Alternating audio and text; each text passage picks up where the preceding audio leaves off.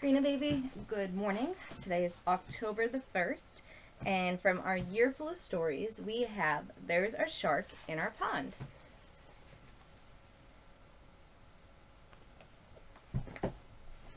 There's a shark in our pond, cried Jake. He looks very hungry, I think. Don't talk so much nonsense, says Papa. Hurry up now and finish your drink. He swallowed our cat, cried Jake. And now he is licking his lips, his head poking through our front window. He's eating my hot dog and chips. Then Papa came in from the kitchen to see what was going on. There was Jake's empty plate on the table, but Jake and the shark were gone. Oh my.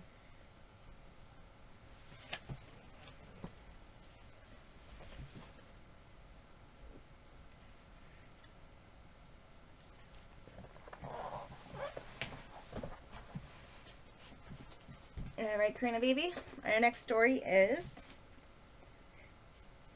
Rich Washington and his cat. Rich Washington was a very little boy when his father and mother passed away. So little indeed that he never knew them nor the place where he was born. He strolled about the country as ragged as a colt, till he met with a wagoner who was going to London. He gave Rich leave to walk all the way by the side of the wagon without paying anything for his passage. This pleased little Washington very much. Little Whittington very much, as he wanted to see London. He had heard the streets were paved with gold, and he was more than willing to get a bushel of it. But great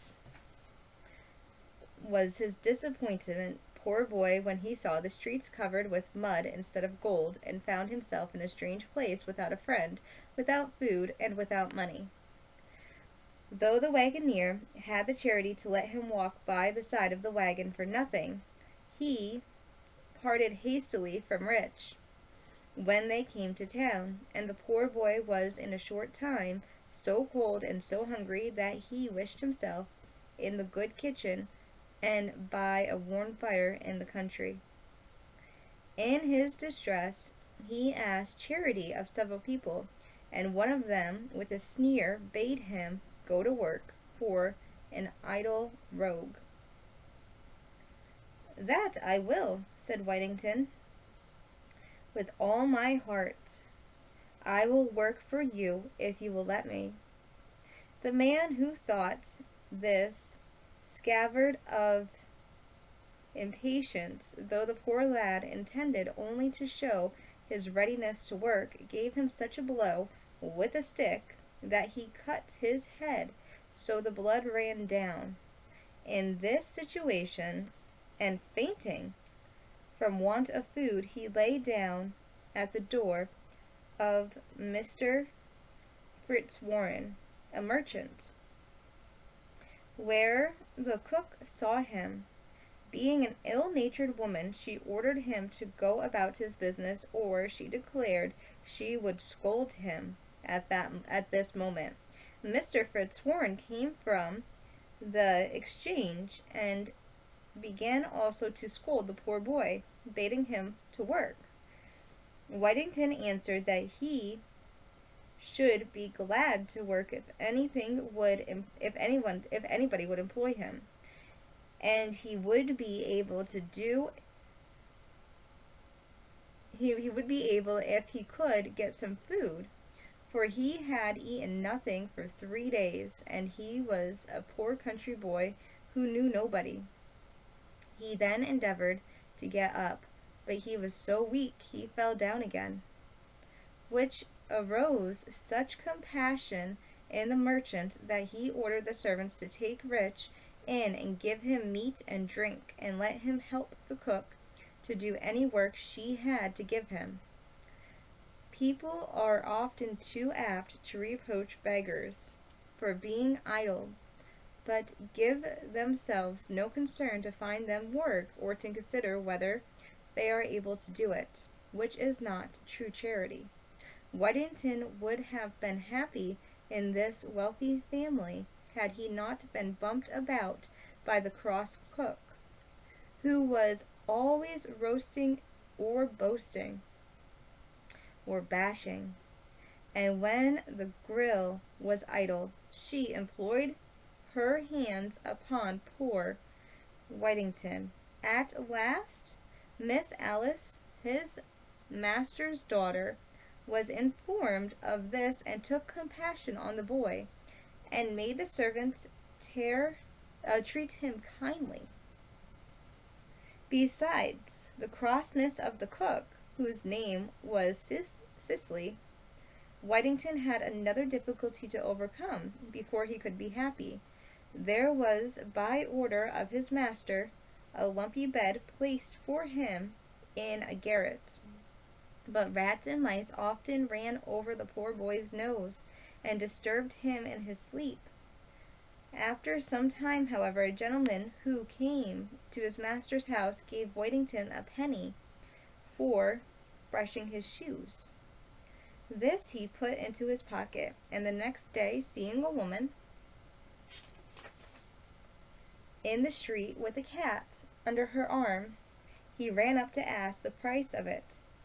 Because the cat was a good mouser, the woman wanted a great deal of money for it. But on Whittington's telling her he had but a penny in the world and wanted the cat badly, she let him have it.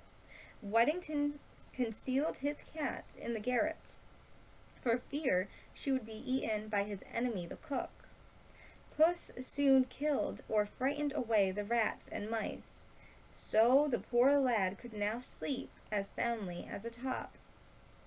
Soon after this, the merchant, who had a ship ready to sail, called for his servants, and his custom was that they might offer something that had to sell on the voyage.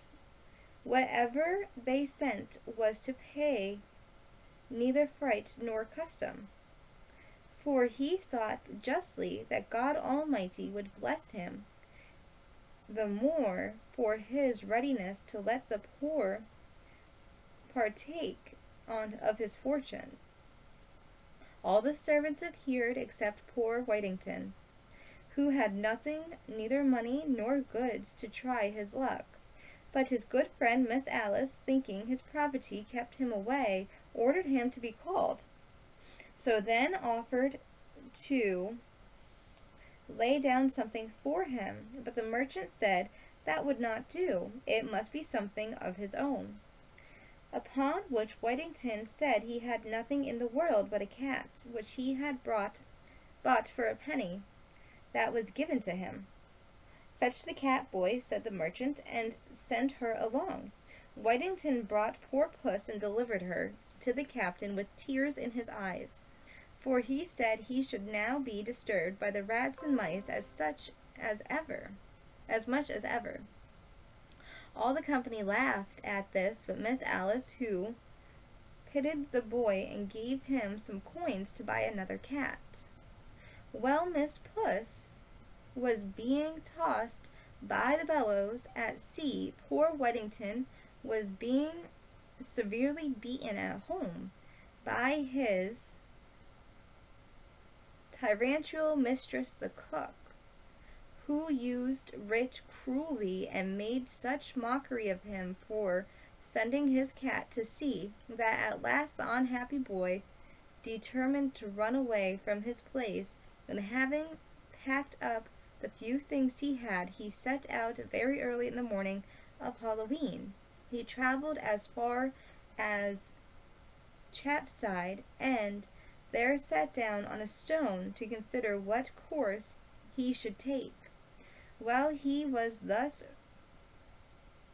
rummaging, the bow bells, of which they were 6, began to ring, and he thought their sounds addressed him in this manner: turn again, Whittington, thrice Lord Mayor of London. Lord Mayor of London, said he to himself, what would one not endure to be Lord Mayor of London, and ride in such a fine coach? Well, I will go back again and bear all the plummeting and ill usage of Sicily, rather than miss the opportunity of being Lord Mayor. So home he went, and happily got into the merchant's house, and about his work before Cicely made her appearance. The ship which had the cats on board was a long time at sea, and at last, by contrary winds, was driven into a port of the coast of Barbary inhabited by Moors, unknown to the English. The people received the voyagers very civilly. Therefore, the captain sent some of his goods to the king. The king was so pleased that he asked the captain and Mr. Fitzwarren's business agent, who always traveled with the boat, to come to his place, which was about a mile from the sea. Here they were placed according to the custom of the country, on rich carpets, flowered with gold and silver, with the king and queen seated at the upper end of the room. Dinner was brought in, which consisted of many courses, but no sooner were the dishes put down than an amazing number of rats and mice came from all quarters and devoured everything in an instant. The agent, in surprise, turned around to the nobles and asked if these vermin were not offensive to them. Oh, yes, they said, very offensive. The king would give half his treasures to be freed of them, for they not only destroyed his dinner, as you can see, but they also assault him in his chamber, and even in bed. He has to have a guard in his room while he was sleeping for fear of them. The agent jumped for joy. He remembered rich Whittington had his cat, and he told the king he had a creature on board the ship that would dispatch all these rats and mice immediately. The king's heart heaved so heavy at the joy the news gave him that his turban dropped off of his head. Bring this creature to me, said he. If she will do what you say, I will load your ship with gold and jewels in exchange for her. The agent, who knew his business, set forth the merits of Miss Puss. He told his majesty that it would be inconvenient to part with her, for without her rats and mice might destroy the goods in the ship, but to oblige his majesty he would fetch her. Run, run, said the queen. I am impatient to see the dear thing. Away flew the agent, and another dinner was presented in his absence. He returned with the cat, just as the rats and mice were devouring that also. He immediately put down Miss Puss, who killed a great number of them. The king rejoiced greatly to see his old enemies destroyed by a small creature, and the queen was highly pleased and desired the cat to be brought near, so she might look at her. The agent called, Pussy, Pussy, Pussy, and she came to him. He then presented her to the queen, who stared back. She was afraid to touch an animal who had made such havoc among the rats and mice. However, when the agent stroked the cat and said, Kitty, kitty, the queen, and here they are, also touched her and cried, Purdy, purdy, for she had not learned English.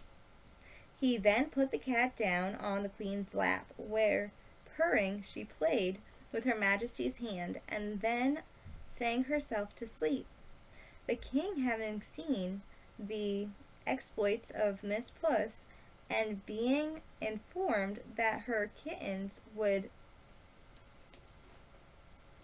stock the whole country, bargained with the captain and agent for the ship's whole cargo, and then gave them 10 times as much for the cat as for all the rest. On which, taking leave of their majesties and other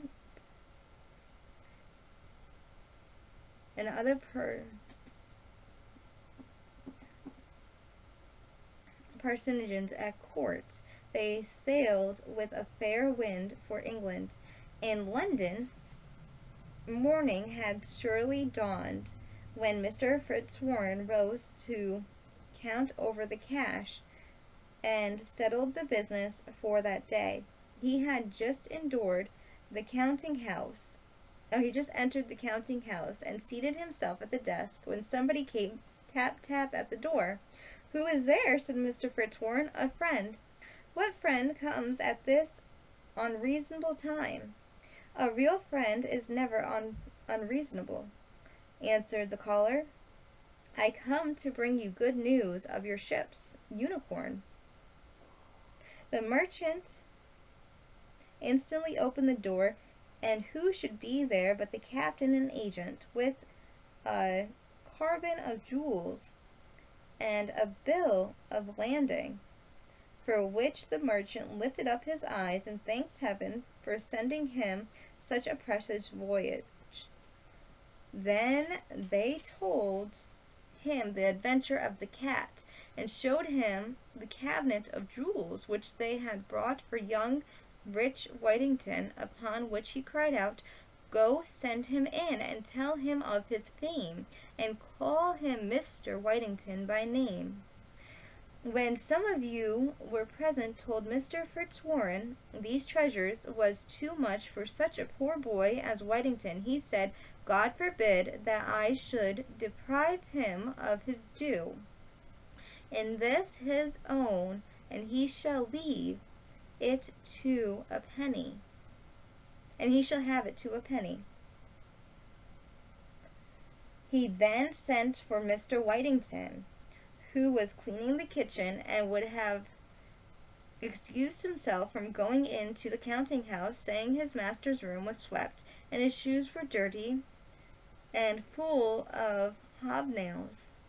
The merchant, however, made him come in, and ordered a chair to be sent for him, upon which, thinking they intended to make sport of him, and had been too often the case in the kitchen, he besought his master not to mock a poor simple fellow who intended no harm, but let him go about his work. The merchant, taking him by the hand, said, "Indeed, Mr. Whittington, I am in earnest with you, and wish to congratulate you on your great success.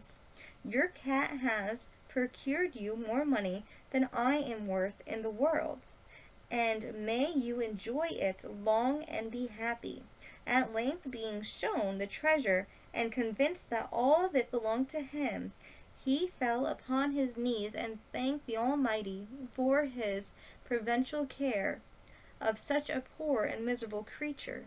He then laid all the treasures at his master's feet, but Mr. Fitzwarren refused to take any part of it, and told Rich, be heartily rejoiced at the prosperity, and hope the wealth he had acquired would be a comfort to him and would make him happy. Rich Warrington then applied to his mistress and to his friend Miss Alice, who both refused to take any part of the money, but Miss Alice told him she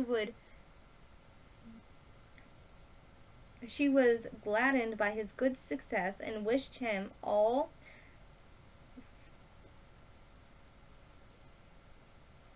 felicity. He then gave gifts to the ship captain and agent and the ship crew for the care they had taken of his cargo. He likewise distributed presents to all the servants of the house, not forgetting even his old enemy the cook, though she little deserved it. After this, Mr. Fitzwarren suggested Mr. Whittington send for the necessary people to advise him how to best dress himself like a gentleman, and make him the offer of his house to live in till he had provided himself with a better one. Now it came to pass Mr. Whittington's face was washed, his hair curled, and he was dressed in a rich suit of clothes. He he turned out a gently young fellow. Since wealth contributes much to give a man confidence, he soon grew to be spiritually and good compassion. So much so that Miss Alice, who had formerly pitied him, now fell in love with him. When her father perceived the two young people had this good liking for each other, he proposed a match between them, to which both cheerfully consented, and the Lord Mayor, Adeline Sheriffs, the company of Stateners, the Royal Academy of Arts, and a number of eminent merchants attended the ceremony and were elegantly treated at the entertainment made for that purpose.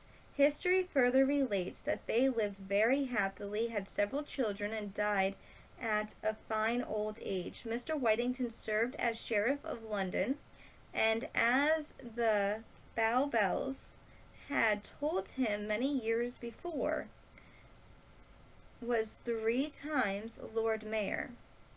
The last year of his mayoralty, he entertained King Henry V and his queen.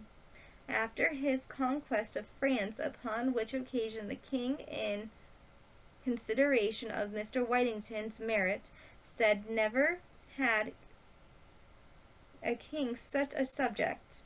On hearing this, Mr. Whittington replied, never had subject such a king. His Majesty, out of respect of his host, gave character, conferred the honor of knighthood on him soon after. For many years before his death, Sir Richard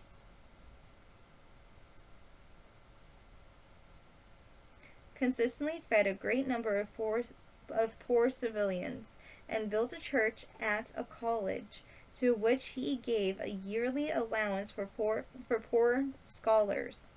He also gave liberty to St. Bartholomew's Hospital and other public charities to help the people of London. So Mr. Whittington did a good job, and he got a lot, so he gave a lot. Tomorrow we're doing Rapunzel. Alright, baby cakes. Let's do We Sit and Watch the Rain as it falls from the sky, and we are glad to be inside where it is warm and dry. Oh yes, I do love the rain. It keeps the earth so clean and helps the pretty flowers grow from the mountains to the streams. Through a tisket, a tasket, a green and yellow basket, I sent a letter to my love, but on my way I lost it. I lost it, I lost it. A little boy picked it up and put it in his pocket. A tisket, a tasket, a green and yellow basket. Let's do Amazing Grace, how sweet the sound that saved a wretch like me. I once was lost, but now I'm found. Was blind, but now I see it was grace that taught my heart to fear, and grace my fears relieved. How precious was that grace so far, the hour I first believed. Through many dangers, snares, and snares, I have already come. 'Tis grace that brought me safe thus far, and grace will lead me home. When we've been there 10,000 years, bright shining as the sun, we've no less days to sing God's praise than when we first begun.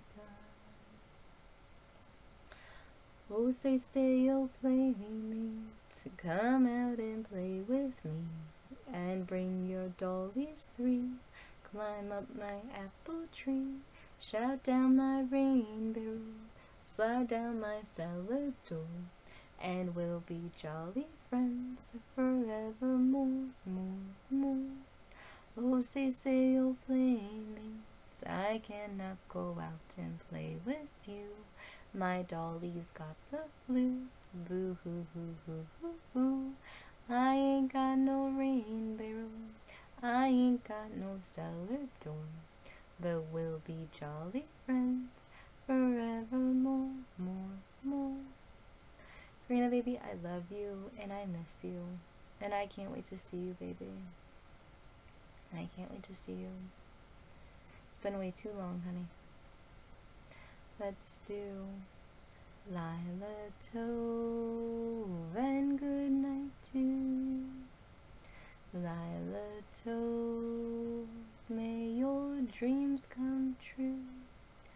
We sing Lila Tove. May Israel protect you throughout the night until we reach the morning light. Karina, baby, I love you and I miss you. I can't wait to see you, my angel. I miss you so much. Like Papa always used to say, Mama's Papa's son, Papa's my moon, and you are quite literally our rainbow baby, and we both love you, honey. Papa and Mama just need to find a way to work together. We're working on it. Hopefully it'll be soon. I keep praying. I keep just praying and praying and praying. Pray for you. I pray for the entire situation. I just keep praying, baby. I love you so much.